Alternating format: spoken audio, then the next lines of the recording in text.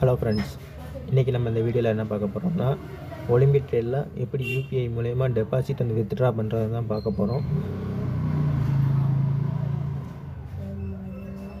பார்த்தீங்கன்னா ஐஎன்ஆர் அந்த ஐஎன்ஆர்ன்னு இருக்கா மேலே அந்த அக்கௌண்ட்டு தொட்டிங்கன்னா கீழே டெபாசிட் ஆப்ஷன் காமிக்கும்.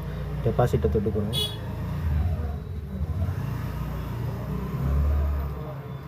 தொட்டிங்கன்னா அந்த மாதிரி யூபிஐ பேமெண்ட் பேஜுக்குள்ளே வந்துடும். இதில் உங்களுக்கு எவ்வளோ டெபாசிட் பண்ணீங்களோ அந்த அமௌண்ட்டை செலக்ட் பண்ணிக்கலாம். இல்லை உங்களுக்கு தனியாக மேலே உங்களுக்கு இப்போ ஒரு 3500 இப்படி டெபாசிட் பண்ண போகிறீங்கன்னா அதை என்ட்ரு பண்ணி டெபாசிட் கன்ஃபார்ம்ங்கிற ஆப்ஷனை தொட்டு நான் இப்போ பார்த்தீங்கன்னா ஒரு 2000 டெபாசிட் பண்ண போகிறேன். 2000 தொட்டு உங்களுக்கு இப்போது சூஸ் ப்ரோமோ கோட் கொடுத்துருப்பாங்க. உங்களுக்கு அப்ளை ப்ரோமோ கோட் கொடுத்தீங்கன்னா உங்களுக்கு போனஸ் கிடைக்கும். நீங்கள் போனஸ் செலக்ட் பண்ணாலும் செலக்ட் பண்ணிக்கலாம். இல்லை எனக்கு நான் இப்போ என்ன செய்கிறேன்னா அதை செலக்ட் பண்ணல. வெளியே வந்துட்டு நெக்ஸ்ட்டு கொடுக்கும். அடுத்து கன்ஃபார்ம் கொடுங்க. கன்ஃபார்ம் தொட்டோடனே பேமெண்ட் பேஜுக்குள்ளே போயிடும். Process to payment.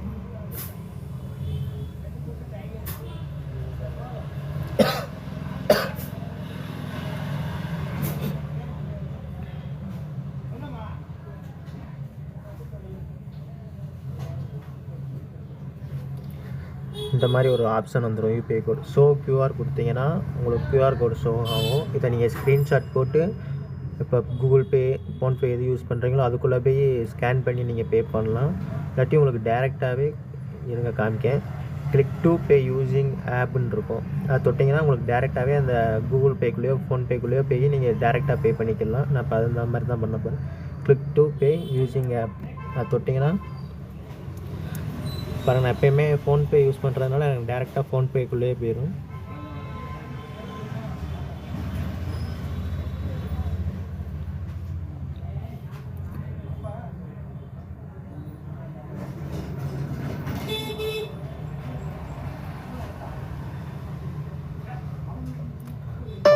பேமெண்ட் பண்ணியாச்சு. அவ்வளோதான். இப்படி நீங்கள் இந்த மெத்தடில் பண்ணிங்கன்னா உங்களுக்கு யூடிஆர் நம்பரோ எதுவுமே என்ட்ரு பண்ண தேவையில்லை. டைரெக்டாக பேமெண்ட் சக்ஸஸ் ஆகிரும். இதுவே நீங்கள் இன்னொரு ஆப்ஷன் காமிக்கும். ஒரு கியூஆர் கோட் ஆப்ஷன் மட்டும்தான் காமிக்கும். அந்த மாதிரி காட்டுச்சுன்னா நீங்கள் கியூஆர் கோடை ஸ்கேன் பண்ணி பே பண்ணுற மாதிரி இருக்கும். அதுவும் இல்லாமல் யூடிஆர் நம்பரை காப்பி பண்ணி என்ட்ரு பண்ணுற மாதிரி இருக்கும். அப்படி சப்போஸ் யூடிஆர் நம்பரை நீங்கள் என்ட்ரு பண்ண மறந்துட்டிங்கன்னா உங்களுக்கு பேமெண்ட் கொஞ்சம் டிலே ஆக வாய்ப்பு இருக்குது.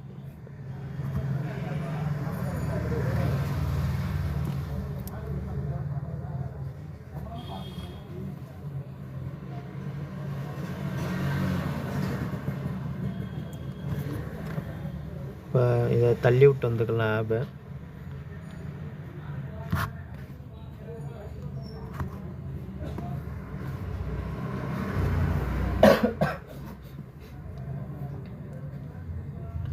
நம்மளுக்கு பேமெண்ட் நம்ம பண்ண பேமெண்ட் நம்மளுக்கு அக்கௌண்ட்டுக்கு ரிசீவ் ஆகிடுச்சு. வித்தின் ஒரு 10 செகண்டுக்குள்ளேயே நம்மளுக்கு அக்கௌண்ட்டில் ரிசீவ் ஆகிடுச்சு. மேக்ஸிமம் பார்த்தீங்கன்னா ஒரு 2 நிமிஷம் 3 நிமிஷத்துக்குள்ளேயே எப்போயுமே அக்கௌண்ட்டுக்கு நம்ம ஐஎன்ஆர் வந்துடும். டெபாசிட் பண்ண அமௌண்ட் வந்துடும். அப்படியே வரலைனாலும் நம்ம கஸ்டமர் கேருக்கு கான்டாக்ட் பண்ணி நம்ம இந்த மாதிரி அமௌண்ட்டையும் இது பண்ணிக்கலாம். எப்படி கஸ்டமர் சப்போர்ட் பண்ணுறதுன்னு நான் உங்களுக்கு அடுத்த வீடியோவில் அடுத்த வீடியோ அப்லோட் பண்ணுறேன். ஓகே, இந்த ஒரே வீடியோவில் தான் நம்ம இப்போ டெபாசிட் அண்ட் வித்ட்ரா பார்க்க போகிறோம். இப்போ நம்ம டெபாசிட் பண்ணியாச்சு. இந்த அமௌண்ட்டாக எப்படி இப்போ நம்ம ஒரு கொஞ்சம் ப்ராஃபிட் எடுத்துகிட்டு நம்ம அதை டைரெக்டாக வித்ட்ரா பண்ணுவோம்.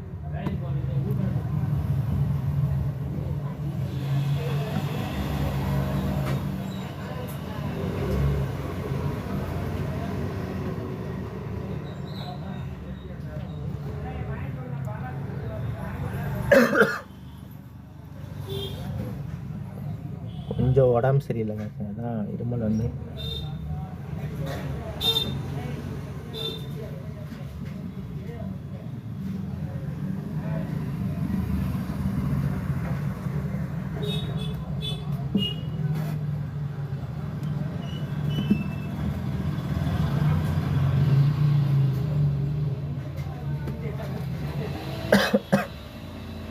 நான் எப்போயுமே ட்ரேட் பண்ணுறதுக்கு இந்த ட்ரேட் பண்ணுறதுக்கு மட்டும்தான் அந்த மொபைல் யூஸ் பண்ணுவேன். மத்தபடி சார்ட் அனலைஸ் பண்ணவோ இதுக்கோ நான் தனியாக ஒரு டேபு தான் யூஸ் பண்ணுவேன்.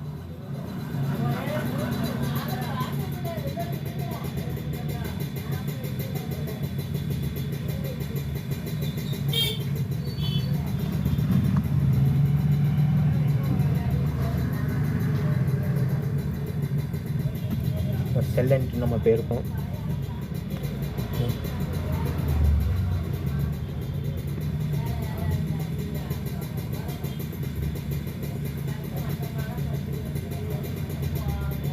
வெயிட் பண்ணி பார்ப்போம் நம்மளுக்கு ப்ராஃபிட் வருதா லாஸ்.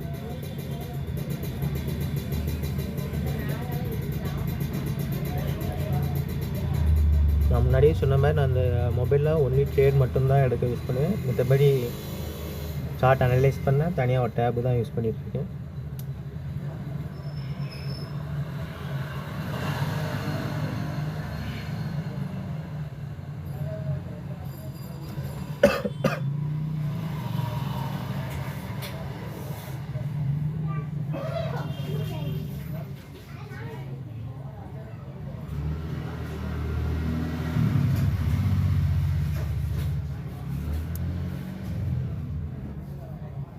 நம்மளுக்கு முதல் ட்ரேடே ஒரு ப்ராஃபிட் தான்.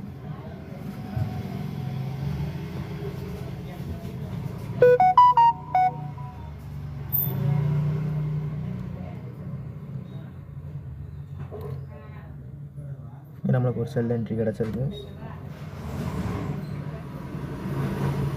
வெயிட் பண்ணி பார்ப்போம்.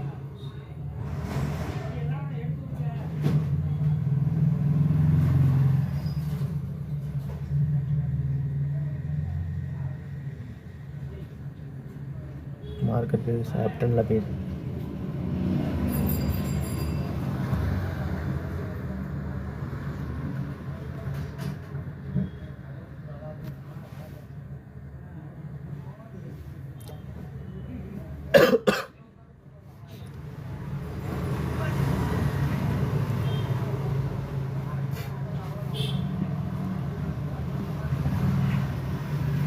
இன்னும் நம்மளுக்கு ஒரு 42 சப்ஸ்கிரைபர் தான்.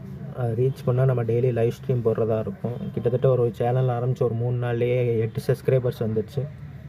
இன்னும் ஒரு 42 சப்ஸ்கிரைபர் தான். ஸோ வீடியோ பார்க்குறவங்க மறக்காமல் சப்ஸ்கிரைப் பண்ணிட்டு பாருங்கள். நம்மளுக்கு 2வது ட்ரேடு ஒரு ப்ராஃபிட் தான்.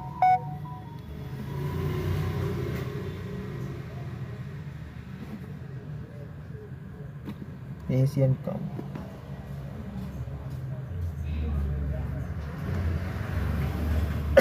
இதுலேயே நம்மளுக்கு ஒரு செல் என்ட்ரி கிடச்சிருக்கு.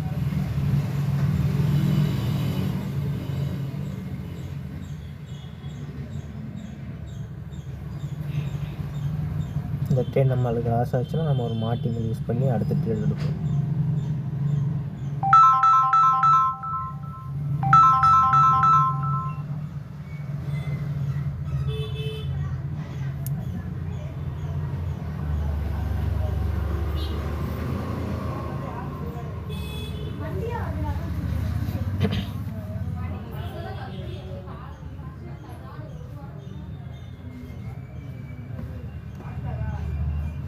நம்மளுக்கு ட்ரேடு க்ளோஸ் ஆக கிட்டத்தட்ட ஒரு 15 செகண்ட்ஸ் இருக்குது. பார்ப்போம் நமக்கு ப்ராஃபிட் ஆகா லாஸ் ஆகும்.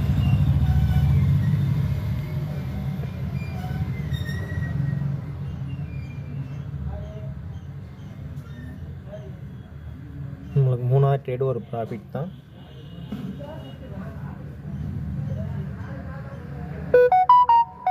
இன்னொரு என்ட்ரி நம்ம அங்கேயே ஒரு என்ட்ரி எடுத்திருக்கோம்.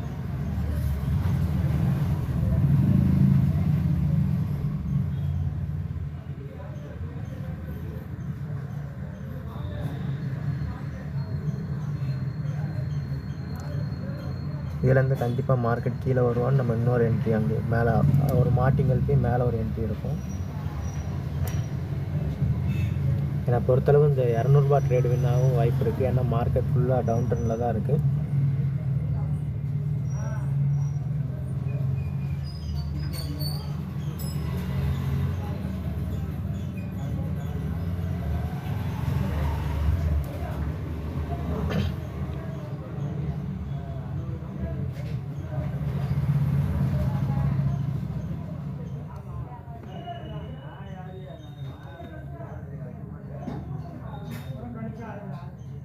ஸோ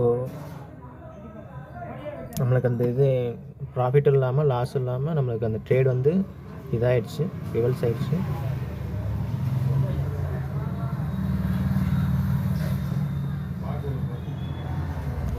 இங்கே ஒரு டவுன் ட்ரெண்ட் நம்ம போயிருக்கோம்.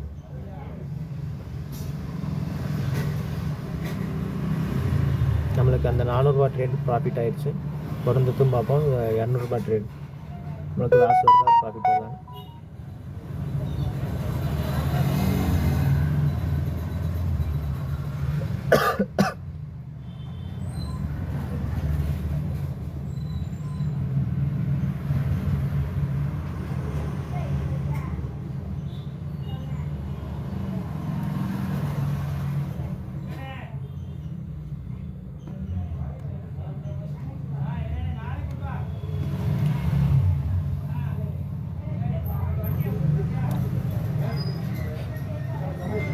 நம்ம ஒரு டார்கெட் வச்சுக்கிறோம். கிட்டத்தட்ட ஒரு 1500 ரூபா ப்ராஃபிட் பார்த்தோன்னே மார்க்கெட் விட்டு வெளியே போயிடும்.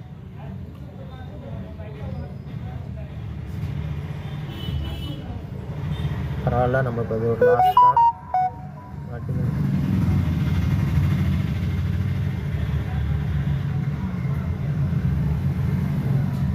மூணு டவுன் என்ட்ரி எடுத்திருக்கோம். வெயிட் பண்ணி பார்ப்போம். இந்த இடத்துல ஒரு டவுன் என்ட்ரி கிடச்சிருக்கு.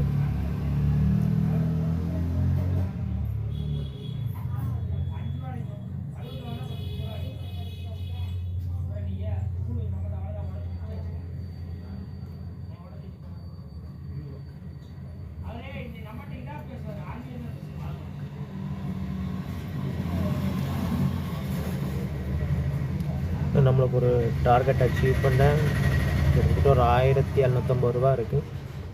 இந்த ட்ரேடை சேர்க்காம இது நம்மளுக்கு ப்ராஃபிட் ஆச்சுன்னா இன்னும் கொஞ்சம் கம்மியாகும் டார்கெட்.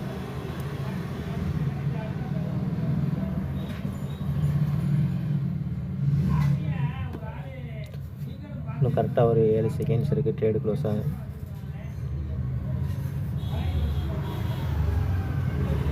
இந்த ட்ரேட் நம்மளுக்கு இதாகிடுச்சு. அப்போ ஒரு டவுன் என்ட்ரி எடுத்திருக்கோம். ஏன்னா மார்க்கெட் ஃபுல்லாக கீழே தான், டவுன் ட்ரெண்டில் தான் இருக்குன்னு நம்ம ஒரு டவுன் என்ட்ரி. எப்படின்னா அந்த ட்ரேட்லாம் எடுக்கன்னு பார்த்தீங்கன்னா தனியாக நான் மார்க்கெட் அனலைஸ் பண்ணால் ஒரு டேபு யூஸ் பண்ணுறேன். நான் முன்னாடியே சொன்ன மாதிரி அதில் கொஞ்சம் எனக்கு கம்ஃபர்டபுளாக இருக்கும் மார்க்கெட்டை இந்த சார்ட்டெல்லாம் பார்க்க.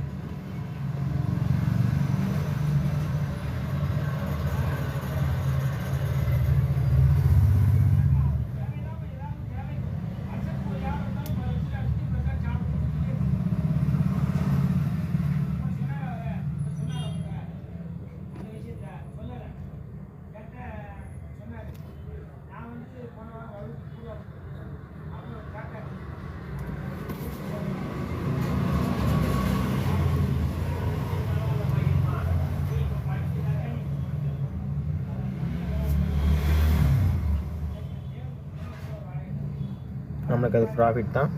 இன்னும் கிட்டத்தட்ட ஒரு 700 ரூபா எடுத்தால் நம்ம டார்கெட் அச்சீவ் ஆயிடுது.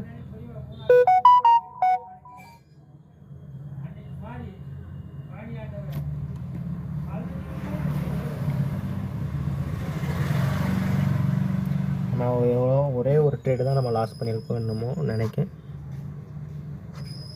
ஆமாம், ஒரே ஒரு ட்ரேட் மட்டும் நம்மளுக்கு லாஸ் ஆகிருக்கு.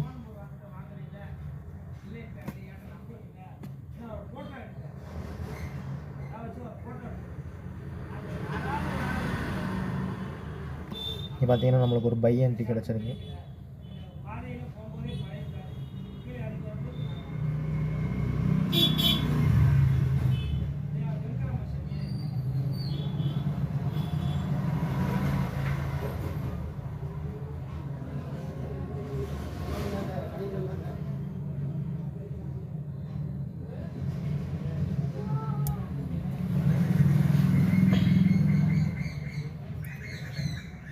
வீடியோ பார்க்குறவங்க மறக்காமல் சப்ஸ்கிரைப் பண்ணிட்டு பாருங்கள். இன்னும் ஒரு 42 சப்ஸ்கிரைபர்ஸ் வந்துச்சுன்னா நம்ம லைவ் ஸ்ட்ரீம் போடுறதா இருக்கும்.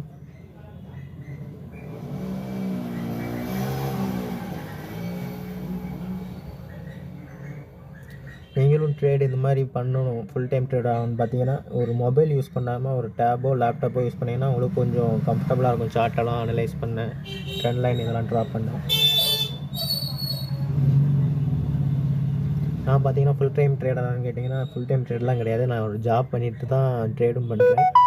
என்னென்னு பார்த்தீங்கன்னா இப்போ நான் ஜாப்பில் தான் இருக்கேன். என்ன ஜாப் பார்த்தீங்கன்னா ஒரு ஃபோன் கடையில் வேலை பார்க்கேன். எனக்கு ஃபுல்லாக 12 மணி நேரம் வேலை. 12 மணி நேரம் வேலைனா எனக்கு சும்மா இருக்கிற வேலை தான். அந்த டயத்தை நான் யூஸ் பண்ணி கொஞ்சம் ஒரு ட்ரேட் இன்றைக்கி ஒரு நாள் ஒரு டார்கெட் ஃபிக்ஸ் பண்ணி ப்ராஃபிட் பண்ணிவிட்டு மித்த நேரம் பூரா பார்த்தீங்கன்னா ட்ரேட் பண்ண மாட்டேன். ஒரிஜினல் அமௌண்ட் ட்ரேட் பண்ண மாட்டேன். ஃபுல்லாக ட்ரைனிங் தான். ட்ரைனிங் எப்படின்னா ப்ராக்டிஸ் பண்ணிட்டு தான் இருப்பேன்.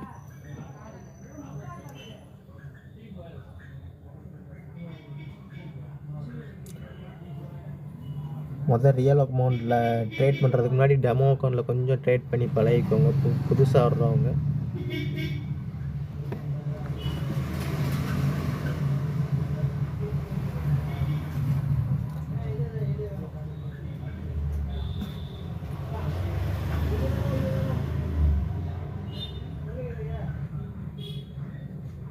வெயிட் பண்ணுவோம். கொஞ்சம் மார்க்கெட் ரிவல்ஸ் ஆனோடனே நம்ம இங்கே ஒரு பை என்ட்ரி போவோம். ஆச்சு. ஏன்னா ஃபுல் மார்க்கெட் அப் ட்ரெண்டில் தான் இருக்குது. சாரி, நான் 5 நிமிட்ஸ் சார்ட் யூஸ் பண்ணுறேன் தனியாக.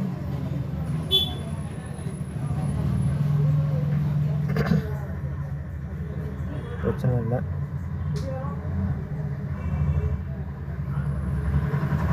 இங்கே ஒரு மார்டிங்கல் யூஸ் பண்ணி இங்கே ஒரு ட்ரேட் நம்ம எடுக்கிறோம். என்ட்ராக மார்க்கெட் ரிவல்ஸ் ஆகும்னு.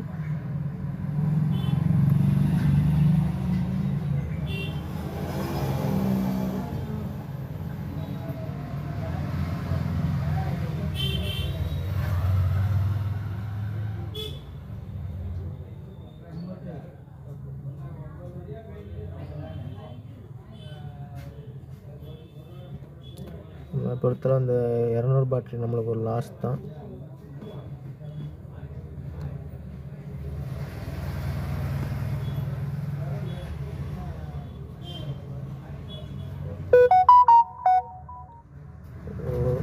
சாரி, அமௌண்ட் ரொம்ப கூட போகுது. வெயிட் பண்ணி பார்ப்போம். நான் திரும்ப ஒரு மார்டிங்கல் யூஸ் பண்ணி கீழே ஒரு 800 ரூபாய்க்கு ஒரு ட்ரேட் எடுத்திருக்கேன். இந்த 400 ரூபா ட்ரேடு ஒரு ப்ராஃபிட் தான்.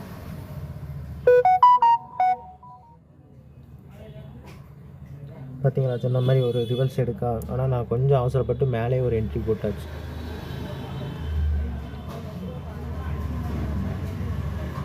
கண்டிப்பாக இங்கே ரிவல்சல் நடக்கணும்.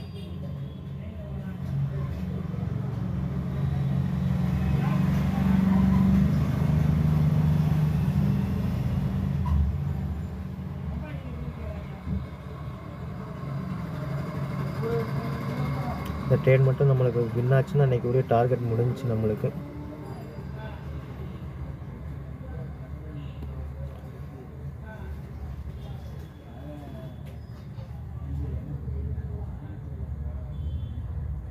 ஓகே, நம்ம டார்கெட் வச்சதோட ஒரு 300 ரூபாய் நம்மளுக்கு எக்ஸ்ட்ரா தான் வந்திருக்கு. அவ்வளோதாங்க. இப்போ நம்ம பார்த்திங்கன்னா இந்த அமௌண்ட்டை நம்ம வித்ட்ரா எடுக்க போகிறோம். 3810 ரூபா. நம்ம கிட்டத்தட்ட ஒரு 1810 ரூபா ப்ராஃபிட் பார்த்துருக்கோம் இன்றைக்கி. வித்ட்ரா ஆப்ஷனை செலக்ட் பண்ணிக்கோங்க. இதில் பார்த்தீங்கன்னா டேரெக்டாக பேங்க் ட்ரான்ஸ்ஃபரே எடுத்துக்கலாம். கிட்டத்தட்ட ஒரு அரை மணி நேரத்துக்குள்ளேயே உங்களுக்கு வித்ட்ரா இது பண்ணி விட்டுருவோம். அக்கௌண்ட்டுக்கு கிரெடிட் பண்ணிடுவோம். வித்ட்ராலலாம் எந்த ப்ராப்ளமுமே வராது. Select payment method. இதில் பார்த்தீங்கன்னா உங்களுக்கு 2 ஆப்ஷன் இருக்கும். ஒன்று யூபிஐ இருக்கும், ஒன்று நெட் பேங்கிங் இருக்கும். எனக்கு ஒரு 2 நாளைக்கு முன்னாடி தான் நெட் பேங்கிங் இந்த மாதிரி ஆச்சு, நாட் அவைலபிள்னு. அதுக்கு முன்னாடி எனக்கு 2மே காமிச்சிட்டு இருந்துச்சு. அதனால் நான் இப்போ யூபிஐ தான் செலக்ட் பண்ணுறேன். உங்களுக்கு நெட் பேங்கிங் இருந்தால் நெட் பேங்கிங் செலக்ட் பண்ணிக்கலாம். ஐஎம்பிஎஸ், அது ஏதாவது பேமெண்ட் மெத்தடை தொட்டு ஐஎம்பிஎஸ்ன்னு இருக்கும், அதை செலக்ட் பண்ணிக்கோங்க. இப்போ பேங்க் அக்கௌண்ட் நம்பர் நான் இதை மட்டும் கொஞ்சம் உங்களுக்கு ப்ளர் பண்ணிடுவேன், ஏன்னா பர்சனல் டீட்டெயில்ஸ்னால. ஆனால் என்னென்னு நான் உங்களுக்கு சொல்கிறேன்.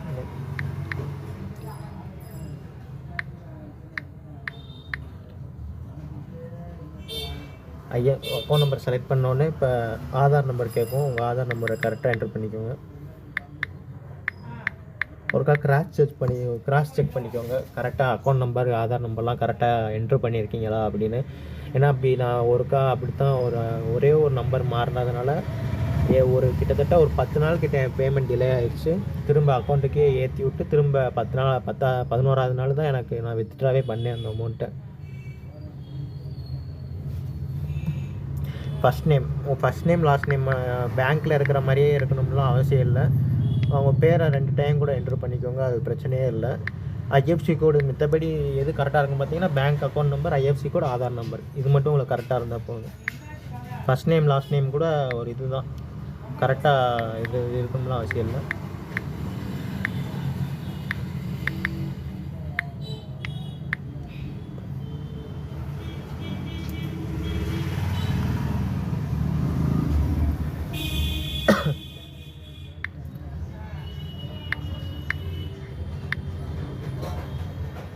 அவ்வளோதான். வித்ட்ரா ஆப்ஷன் அந்த நம்ம அமௌண்ட்டை செலக்ட் பண்ணிட்டு வித்ட்ரான்னு கொடுத்தீங்கனாலே நம்மளுக்கு இதாகிடும், ரிக்வஸ்ட்டு கிரெடிட் ஆகிரும்.